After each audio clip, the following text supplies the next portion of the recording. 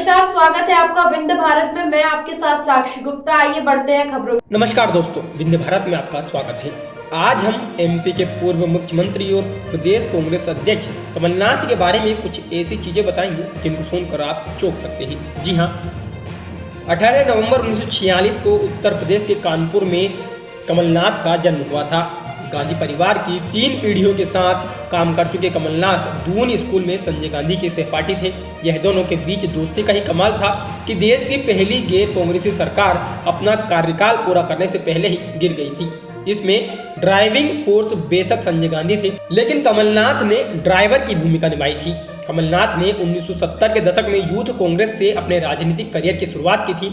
उस समय उनकी पहचान संजय गांधी के अभिन्न मित्र के रूप में थी।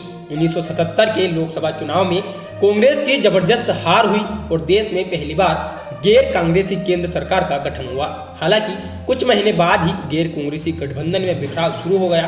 प्रधानमंत्री मोरारजी देसाई और समाजवादी नेता राजनारायण के बीच दूरियां बढ़ने लगी। संजय गांधी ने राजनारायण के असंतोष को भुनाने की रणनीति बनाई और इसमें कमलनाथ उनके सारथी बने। राजनारायण के असंतोष को हवा देने के लिए संजय गांधी उनसे मिलना चाहते थे, लेकिन यह इतना आसान नहीं था। सरकारी एजेंसियां कांग्रेस नेताओं और खासकर संजय गांधी के हर कदम पर नजर रख रही थी। राजनारायण के असंतोष का अंदाजा भी सरकार को था, इसलिए उन पर भी सरकारी एजेंसियों की निगाहें थी।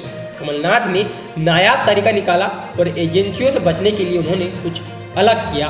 वे अपनी गाड़ी में संजय गांधी और राजनारायण को बिठाकर दिल्ली के सुनसान इलाके की ओर निकल जाते। उनकी गाड़ी कहीं रुकती नहीं थी। वे कई घंटों तक दिल्ली की सड़कों पर यूं ही चक्कर काटते रहते। इस मीटिंग की बातें बाहर ना आ जाए, इसलिए कमलनाथ ही ड्राइवर बन जाते थे। कमलनाथ ने संजय और राजनारायण की गुपचुप मुलाकातें तो करवाई ही, उन्होंने कांग्रेस के प्रति सहानुभूति रखने वाले उद्योगपतियों को भी इस अभियान के साथ जोड़ा।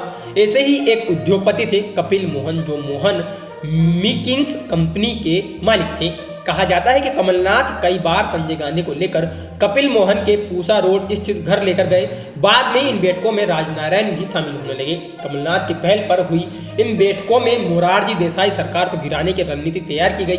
राजनारायण के असंतोष को इतनी हवा दी गई कि मोरारजी देसाई के साथ उनके रिश्ते टूट के कगार पर पहुंच गए। अंततः जनता पार्टी सरकार का पतन हो गया। इसके बाद कांग्रेस के समर्थन से चरण सिंह कुछ दिनों के लिए प्रधानमंत्री बने, लेकिन तब तक कांग्रेस की सत्ता में वापसी तय हो चुकी थी।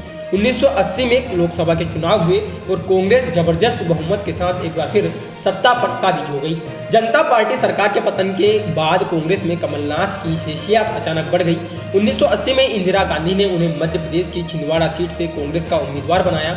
यह बेहद महत्वपूर्ण फैसला था, क्योंकि 1977 के चुनाव में पूरे उत्तर और मध्य भारत में कांग्रेस को केवल 2 सीटों पर जीत मिली थी, छिंदवाड़ा और नागौर। इसके बावजूद 1980 में गार्गी शंकर मिश्रा का टिकट काटकर कमलनाथ को छिंदवाड़ा से उम्मीदवार बनाया गया। माना जाता है कि जनता पार्टी सरकार गिराने में उनकी भूमिका को देखते हुए इंदिरा ने कमलनाथ को यह गिफ्ट दिया था, लेकिन यह पूरा सच नहीं है। 1977 में जनता पार्टी की सरकार बनने के ठीक बाद संजय गांधी गिरफ्तार हो गए।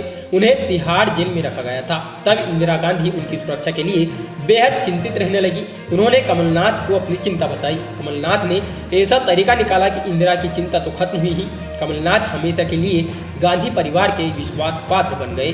कमलनाथ ने कोर्ट में जानबूझकर जज से लड़ाई कर ली। इसके बाद अवमानना के मामले में उन्हें भी 7 दिन के लिए तिहाड़ जेल भेज दिया गया। इस दौरान वे हमेशा संजय गांधी के साथ रहे और इंदिरा को चिंता मुक्त कर दिया। फिलहाल के लिए इतना ही। खबरों का सिलसिला लगातार जारी है, बने रहिए हमारे साथ। नमस्कार।